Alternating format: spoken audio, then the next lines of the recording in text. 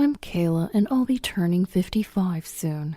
I have a son named Nick, and I divorced my husband when Nick was in middle school. The reason was my husband's infidelity. Since then, it's just been Nick and I, but now he's married and I live with him and his wife. My daughter-in-law, Nora, is a very beautiful woman. Initially, I had a very good impression of her, but after living together, her true colors showed. She stays at home as a homemaker, but she doesn't do anything that resembles homemaking. She leaves everything to me, and if I ever ask for help, she turns vicious, which is hard to imagine, given her pretty face, and I've often been on the receiving end of her abuse. I wouldn't mind as much if I were just a homemaker, but since I work, there are days when I'm so tired that I wish for help. Nick has seen the way things are between his wife and I. He's asked her to help around the house, but after being verbally abused just like me, he gave up. Seeing all this, I resigned myself to endure without saying anything, but then one day, everything changed. Kayla. As the summer passed and the weather began to cool, I had a day off from work and was at home when I heard Nora's voice calling me. Usually it sounded sarcastic, but that day it seemed frail. Wondering what it was, I stopped my chores and peeked into the couple's bedroom. There I saw Nora, pale-faced and about to fall off the bed. What's wrong? I rushed to Nora, touching her hand to check on her. Her hand was chillingly cold, with a pulse that felt slightly fast. She didn't seem to be in a healthy state. Thinking it might be a cold, I touched her forehead, but it wasn't hot. Are you okay? What's wrong? I leaned over her listless body and asked. In a faint voice, she barely replied. My stomach hurts so bad, she said, rubbing her lower abdomen. I thought it might be severe menstrual pain, but when I asked if she had any other symptoms, she mentioned that she had been experiencing diarrhea for a few days, sometimes with blood. I wondered if it could be hemorrhoids, but it seemed unlikely that just hemorrhoids would cause such a severe condition. I decided to take her to urgent care despite the uncertainty. Urgent care seems excessive. Water will be fine. I told her that we needed to go to the urgent care immediately, and although she looked annoyed, her voice still sounded in pain. I was frustrated with her reluctance, but I forced her into the car and drove to urgent care. I informed Nick, telling him we were at the urgent care clinic, and he said he would come by after work, so we waited for him. The waiting room was full of people, and it looked like it would be a while before Nora's turn came. Nora chose an empty spot on the long bench and just lay down as if all strength had left her. She must be feeling pretty awful to find it hard to even stay awake. Worried, I kept an eye on Nora while waiting for our turn. How long had we been here? After about 2 or 3 hours, we were finally called into the examination room. It was a struggle, but I managed to help the barely rising Nora to enter with me. That's where the conversation and a series of tests began. We'd arrived at the clinic sometime after 2 p.m., but by the time all the tests were done, I think it was past 5 p.m. Not only was Nora worn out from being tossed around for tests, but I was also beat from just being there with her. It's exhausting, whether it's an urgent care clinic or not. I sat down next to the exhausted Nora and let out a heavy sigh. Then her name was called. I got Nora up again, and we entered the indicated examination room, locking eyes with the doctor inside. The doctor wore a grave look and said we needed more detailed tests, and then Nora had to be admitted immediately at the hospital. I knew this would happen. Afterwards, a nurse led us to the room Nora would be staying in and handed me a paper with a list of things she'd need. Dr. Miller, I know you will understand, so I'll skip the explanation, the nurse said with a smile outside the room. I scratched my head and looked at the nurse. I'm a family member of the patient, you know. How about giving me a little rundown? I said with a forced smile. The nurse sighed heavily. Dr. Miller, you know how busy we are, right? Please. With that, the nurse headed towards Nora. The reason the nurse spoke to me that way was because I'm an internist here. I've been around since my residency, almost 30 years now. Everyone, nurses and doctors alike, knows me here. But Nora doesn't know I'm a doctor. Nick thought it best to keep it under wraps. He said if people found out I was a doctor, they'd start hounding me for money. Nick, who's also a doctor, says we're not short on money, but he thinks I'm underestimating Nora. I didn't understand what he meant by that at the time, but looking at Nora now, it's clear. She does nothing, even though she's a homemaker and controls all the money Nick earns, doing as she pleases with it. When she's well, she goes shopping and comes back holding shopping bags from fancy brands, which is a bit off-putting to see. I've asked the hospital not to mention that I'm one of their doctors, so Nora won't find out. For now, I've left everything to the nurses and decided to go home to get Nora's things for the hospital stay. As I was grabbing items like clothes, a toothbrush, and a cup, Nick came back. Looking at the clock, it was already 7 p.m. "I'm home," he said. "Oh, didn't you stop by the hospital?" I asked, thinking he wouldn't be home this early if he had. Nick let out a heavy sigh and put his bag down under the dining table. "I called as I was heading there, but she told me there's nothing I can do. Instead, she told me to go buy sweets, and while I'm at it, pick up her things from the house." He recounted with a wry smile. Nick was exhausted deep down, no doubt about it. "Well, I've just finished getting ready, so I'll bring it over," I said, mirroring Nick's wry smile. With that, we set off again for the hospital, where Nora was admitted. Upon reaching the hospital and entering Nora's room, the sight of her connected to an IV and fast asleep from exhaustion greeted us. She's truly lovely when she's peaceful, I thought, though I could never tell her that. Nick quietly arranged her things without waking Nora, then sat down on a chair. "What could it be?" he muttered under his breath. Watching him, I felt his concern. I tilted my head. "From what I've heard, it's hard to say. Let's just wait for the results of tomorrow's colonoscopy and blood tests." Nick nodded in agreement, and we headed home. The next day, I had work, thinking I'd check on other patients while waiting for Nora's diagnosis. At work, another doctor stopped me to discuss Nora's condition. The diagnosis was Crohn's disease. It's an intractable disease with an unclear cause, yet it's also a condition that many people suffer from. It seemed that Nora's condition had worsened, putting her in a serious state. I was frustrated with myself as a doctor for not realizing it sooner. The presence of a tumor also raised the possibility of colon cancer, and we might need to plan surgery. For now, I had to leave it to the other doctor to explain the situation to Nora.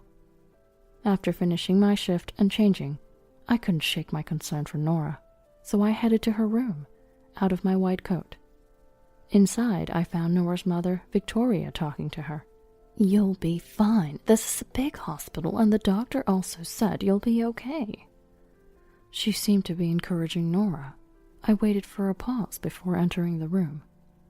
"Nora, how are you feeling?" Victoria noticed me enter and turned my way, her face swiftly turning into a scowl. I was taken aback and stopped in my tracks.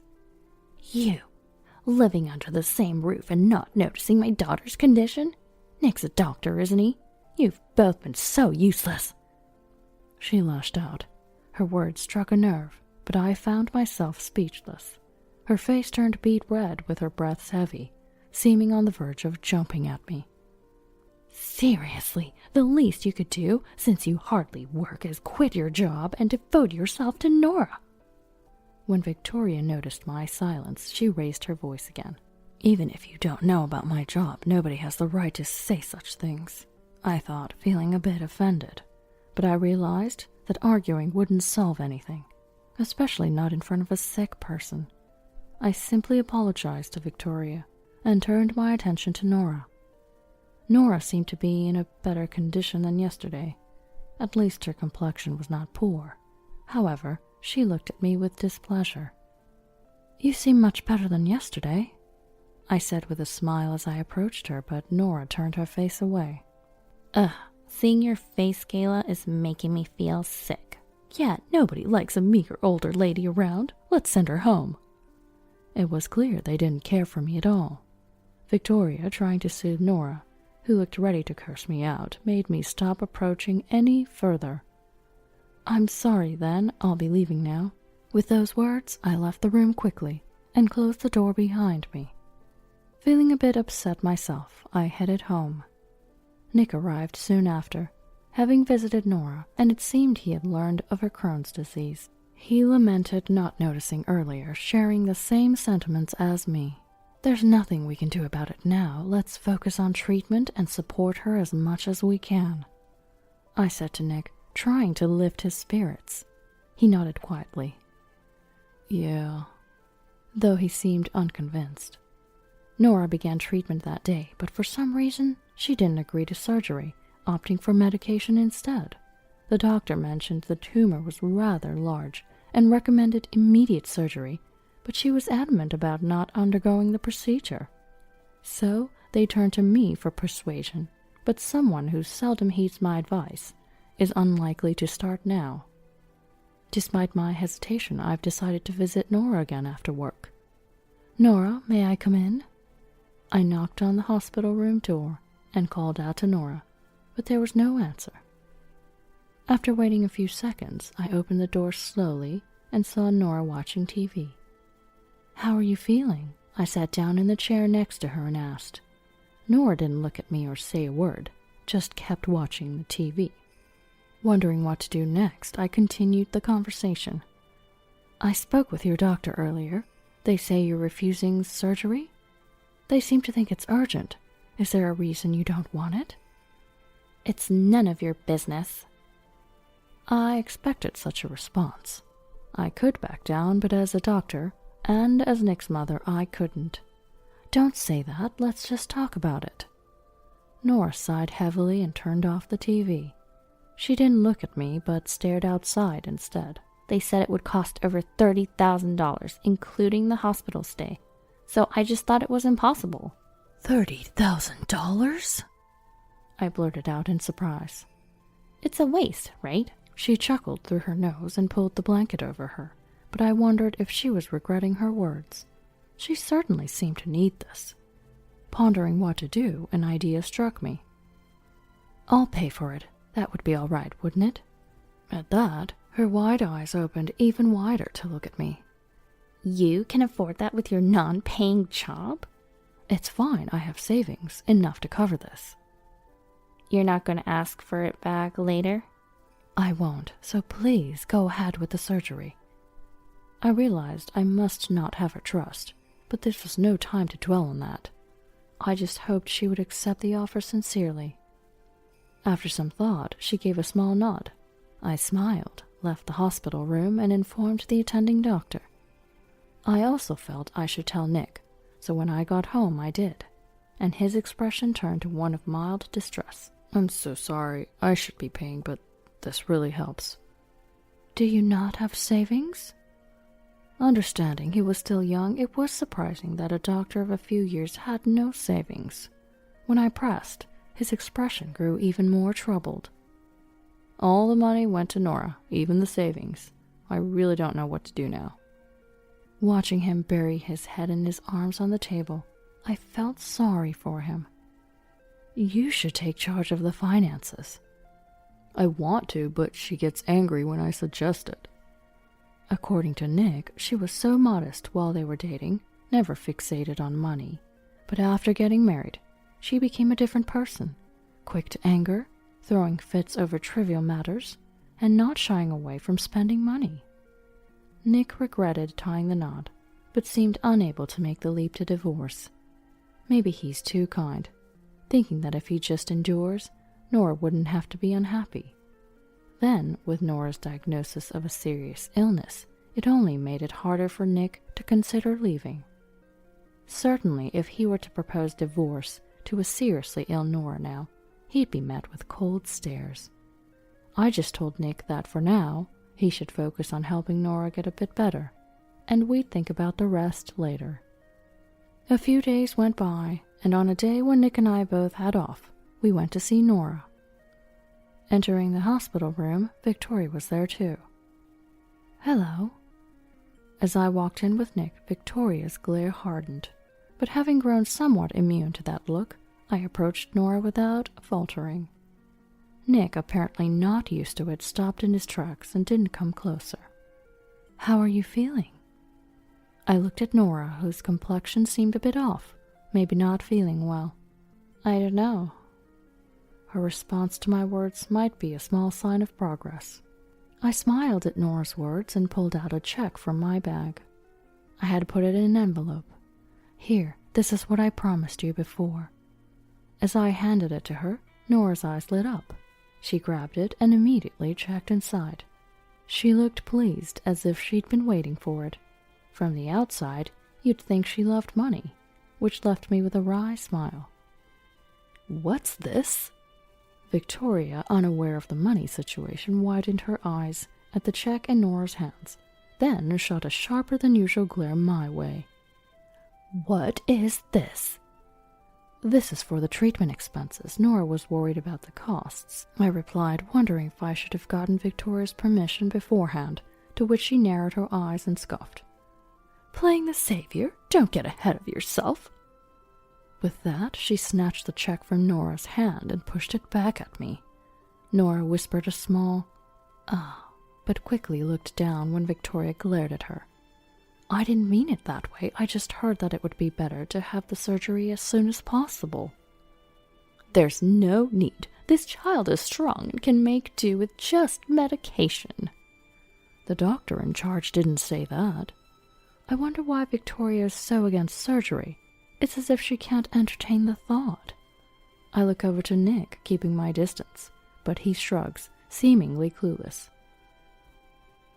"Nora says she's fine with it." Turning away, Victoria speaks, and I shift my gaze to Nora. Then Nora looks away uncomfortably. "That's right. I don't need any surgery. Just leave me alone." Despite her agreeing to the surgery earlier, I feel incredibly disappointed. "But what if you have cancer?" "Can you just shut up? I don't want to hear an outsider's opinion." Nick tries to speak up to persuade her, but Victoria cuts him off. "We don't plan to listen to you, so could you please go away?" "Yeah, just go away."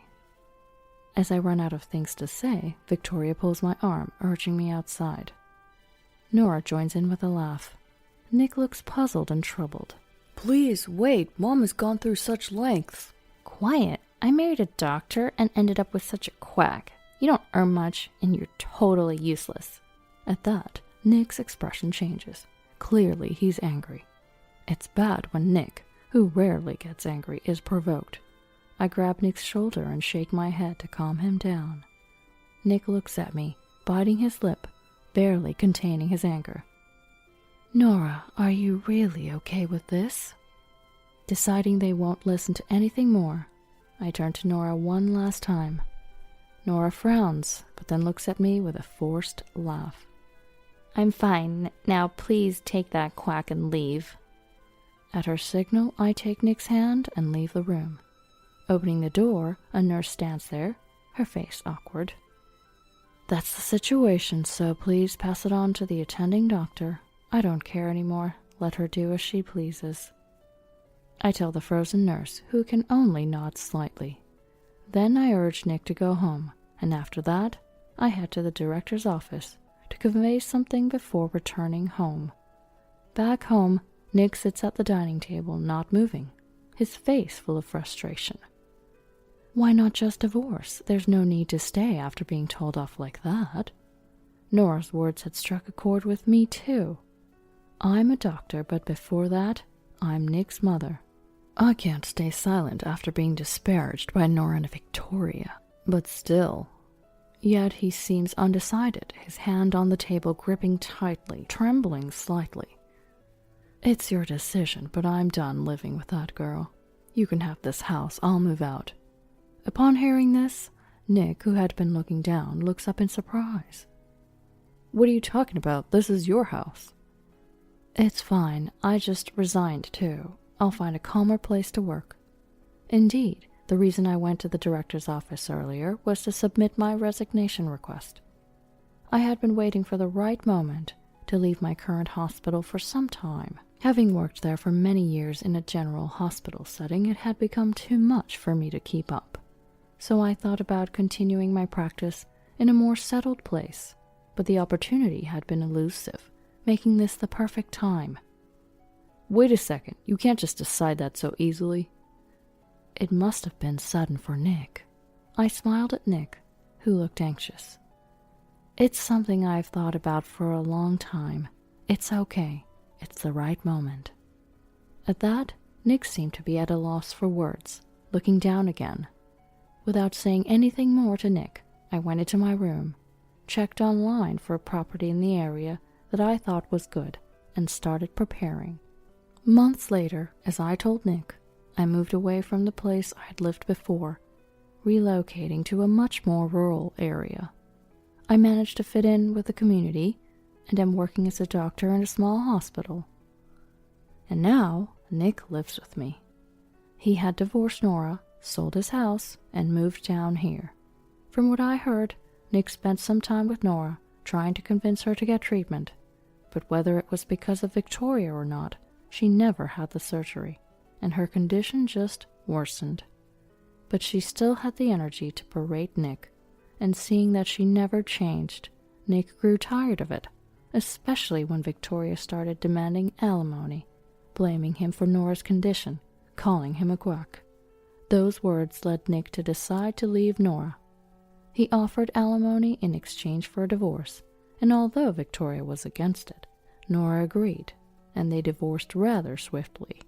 Later, Nick heard that Nora's condition was indeed a malignant tumor, progressing rapidly due to her youth, advancing to the terminal stage. Victoria begged the doctor to do something, but was told it was hopeless and that she won't live much longer, which she tearfully relayed to Nick over the phone. Nora also reached out to Nick for help, but since she had refused it when it mattered, he did not respond. It may seem heartless, but this was a consequence of their own making.